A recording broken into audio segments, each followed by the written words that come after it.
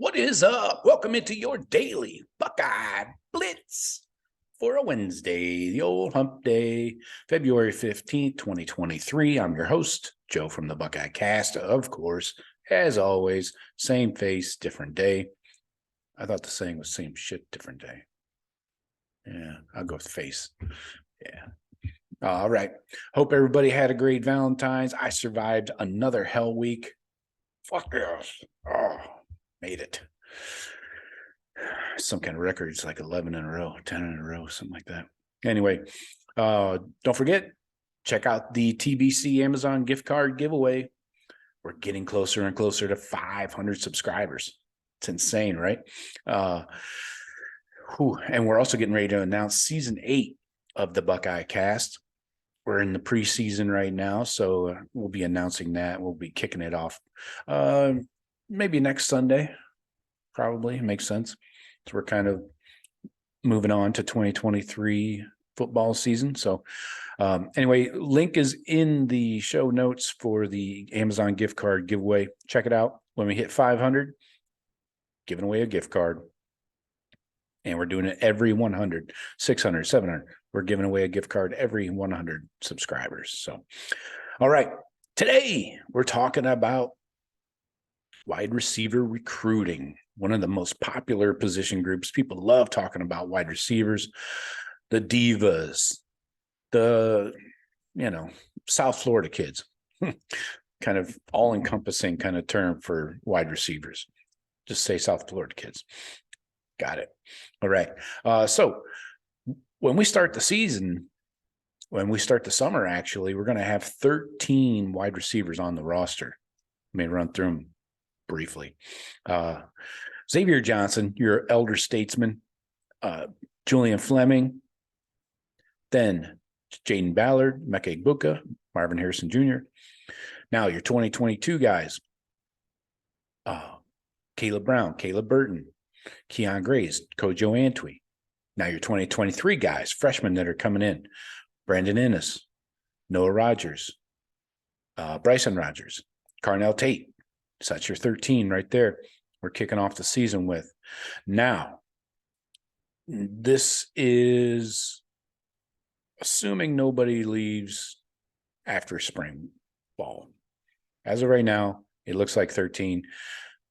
We'll see. I think this number, we could be down 6 guys by the end of the 2023 season. So you're going to lose Marvin Harrison. You're going to lose Emeka Egbuka. You're going to lose Julian Fleming. You're going to lose Xavier Johnson. I think you're probably going to lose at least 2 underclassmen to the portal. And by underclassmen, I mean 2022 guys, most likely. One of those 4 or 2 of those 4. Brown, Burton, Kojo, and Keon. I think you're going to lose 2 of those guys. So that's 6 guys out the door. If you're lucky and you only lose 5, that'd be amazing. But I think we need at least 3 in this 2024 recruiting class. I'm going to run through what we have. We do have the early commitment from Jeremiah Smith. He is the stud out of Chaminade Prep down in South Florida, 6'3", 185, kind of your Marvin Harrison build. High, it's a 5-star. I don't need to say high, right? He's a hard commit right now. So when South Florida kids are a commit, they give you a commitment, that just means you're in the lead. You got to remember that. Key South Florida recruiting tidbit. If a kid's committed to you, you're just in the lead. That's all. So you know that he's going to have bags thrown at him left and right, hitting him. So duck, dive, dodge, duck, dip, dive, dodge, whatever the 5 Ds of dodgeball. So that's who's committed. But now, does that help us with our next Chaminade receiver, Josiah Trader? Also goes by JoJo. He's 6'1.5", 170, so kind of that Brian Hartline mold, his typical, type receiver. Obviously, same school as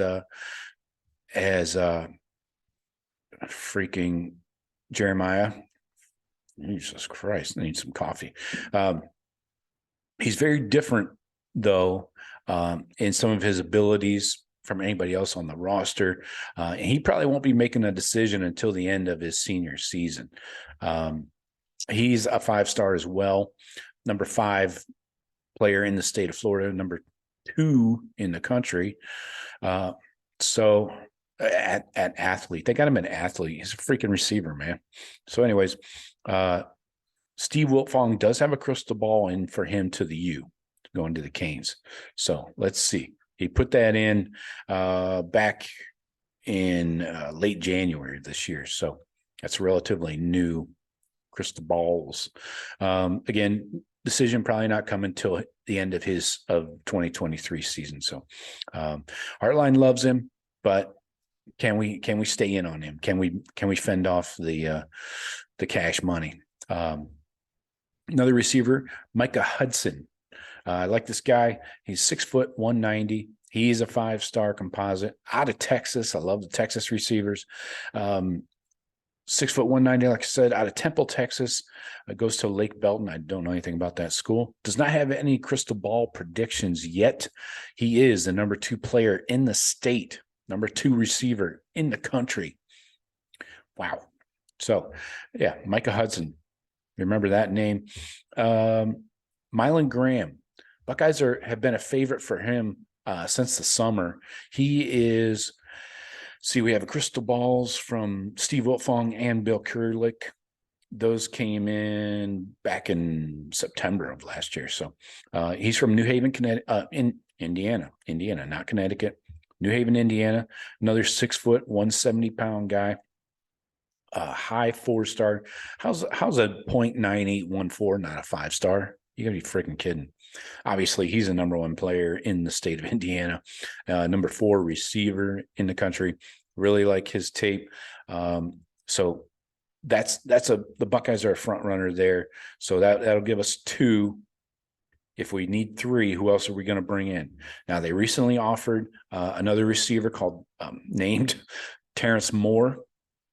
He is 6'3", 190. So that bigger Marvin Harrison type. He's from Tampa Catholic.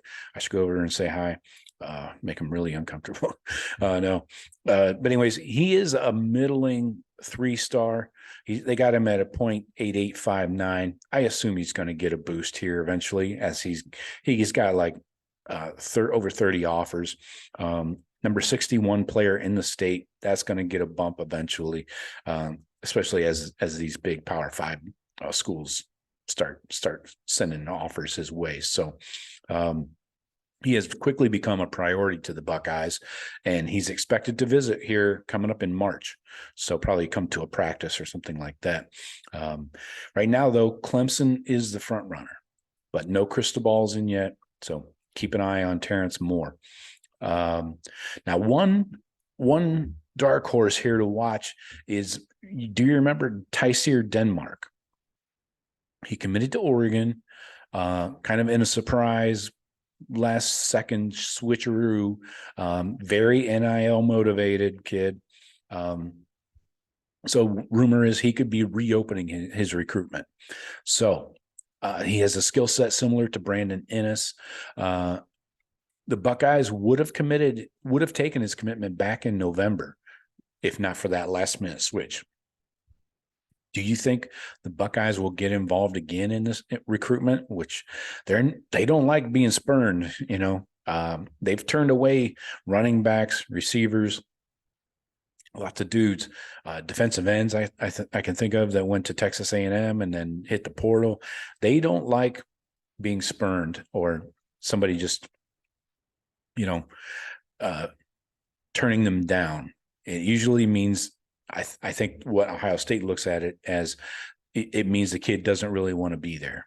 And Ohio State wants, their philosophy is, we want kids that want to be here and that are a good fit.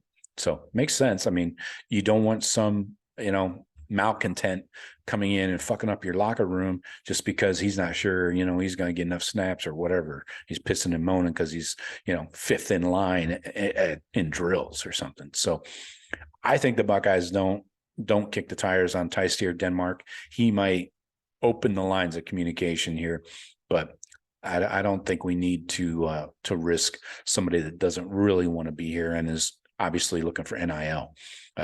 Mark Pantoni just talked about this a couple of weeks ago, the shift away from kids that are NIL focused, and not only that, but kind of sticking to that Midwest Ohio mindset. But we'll see. So keep these guys in mind. Like I mentioned, you got JoJo Trader, Josiah from Florida. You got Micah Hudson. You got Mylan Graham. Buckeyes are heavy lean there, and Terrance Moore. So keep those guys in mind. We need at least 3, most likely. And let's see how many guys leave after the end of the year and after this spring. So that's all I got for you today. I will hit you up on a Thirsty Thursday tomorrow. Don't forget to like and subscribe. Appreciate everybody. I'll talk to you tomorrow. Go Bucks.